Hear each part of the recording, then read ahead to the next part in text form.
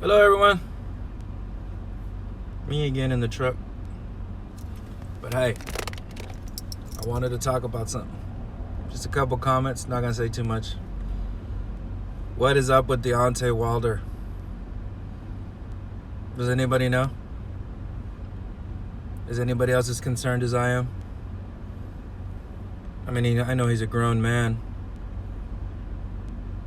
but it's sad to see the downward spiral.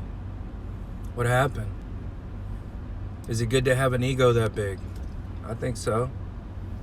When it's a one-on-one sport, it's all about you and the other guy. So yeah, I mean, you want that ego. You want like what Mayweather does and says he's the greatest and all that. I mean, it's what you're supposed to say.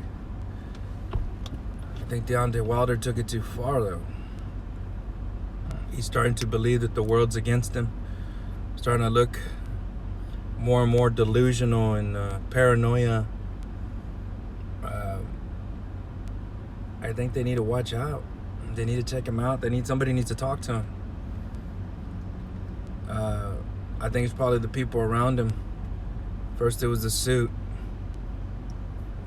water, and the referees against me. They wanted the Great White Hope, all those things. I think I just saw an article a little while ago of Tyson Fury saying that he thinks that he lost his marbles.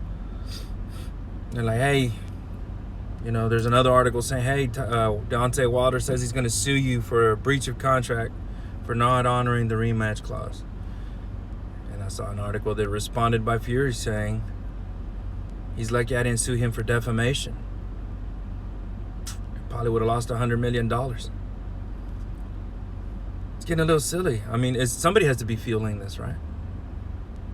I mean, Deontay was really quiet for a really, really long time. Why all of a sudden now blow up? Why all of a sudden now make a big deal about it? Why all of a sudden decide to say, hey, I want to sue this guy if he doesn't give me the rematch? And I'm thinking, if I'm correct, that there was a shelf life on that rematch clause, I would think. If not, a guy could hold another guy hostage for how long?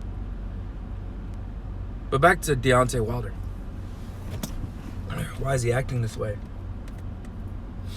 Why is he saying the things he's saying? It's the ego. It's the psychological. It's the things that I like to talk about. It's the things that I like to look at.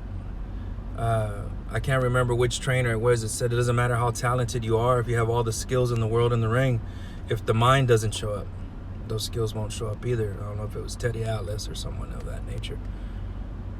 And we saw that with AJ. Remember AJ? His first fight with Andy Ruiz. Ring walk, we could tell. The lead up, he was calling Madison Square Garden the Mecca of boxing. And I don't know what y'all know about Muslims, but if a Christian guy was going around saying that Madison Square Garden was the Rome of boxing, or something like that, you'd understand how intense that would be for them. You don't hear people comparing anything to those things. And for a Muslim to compare an area, a place, a city, a town, a location, a venue to the most holy of holies means that it was very important to him. It was intimidating. I think he came into the ring walk the way he came in, very detached. Michael Buffer's doing the announcers. This guy's over here chewing on his mouth guard. He's not looking at Andy. He's not looking anyway. He just looks like he's in space. I truly believe he lost that fight because he wasn't there mentally. Deontay Wilder, suffering the same issue right about now, I think, is that his mama told him that when he drowned and he came back, that God said that he was meant for something great. And maybe everyone around him has always been telling him the same thing. Hey, you're meant for something great. I guess to Deontay Wilder, he was expecting something a lot greater than being the WBC heavyweight champion of the world for the time frame that he was. I seen an article now with the WBC doing the super cruiserweight. They're wanting to put Deontay Wilder up there. They want to give him a shot at the belt. Deontay Wilder dusting himself off and coming back doesn't, he could still be greater. I thought he reached greatness. Did pretty good. Was he the greatest ever? No. Can he be? I don't think so. But that doesn't mean he's not great. That doesn't mean he didn't do good. I think maybe the people around him are feeding him too much crap. Maybe he was surrounded by too many yes people. I'm the greatest, right? Yeah, you are, Deontay. You're the man. Yeah, just keep paying for my house or keep paying for this. I think these fighters need to watch who they set themselves up around. Al Heyman, I think, for as much shit that I give Al Heyman, I think he's an extremely intelligent man. Very quiet, very private man. I don't think it's Al Heyman putting this into Deontay's head. I don't think it's anything to do. I think it's Deontay's personal life that has led to this disconnection from reality, and you can see it in all the comments that he's making. Long story short, what do I care?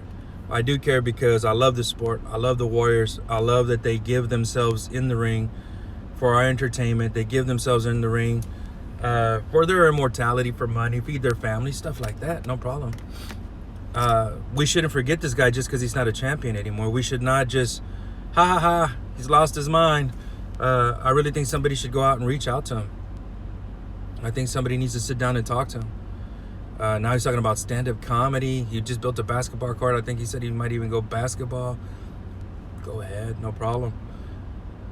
But the way these things are transpiring, the way these things are coming about for him now at this point in his career is highly suspect. It is very worrisome to a person that knows a little bit about psychology.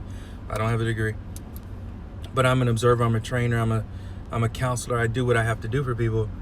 I can see that this guy here, he just needs somebody to sit down and talk to him and guide him back in and say, hey, relax, buddy. It's going to be okay.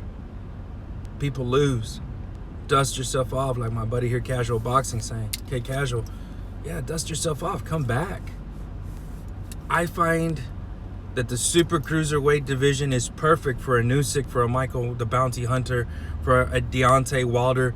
The heavyweights that weigh what the heavyweights of old weigh, 200, 220 pounds, 215, 225. But I think Deontay dominates that. I think he'd be great.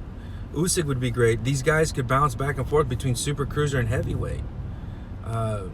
It's one more thing that they can excel at. Somebody reach out to Deontay Wilder, somebody that's close to him, and tell him, hey, buddy, it's going to be okay. It's starting to worry me because I'm a humanitarian. I love people, and I love to help people. And Deontay Wilder deserves to have peace in his life. Deontay Wilder deserves to have someone help him rebuild his life and get back into boxing or walk away from it, whatever. But I really don't find it cute or amusing, as much shit as I give Deontay. Now I find it sad. Now I find it like, okay, we need to reach out and help this man.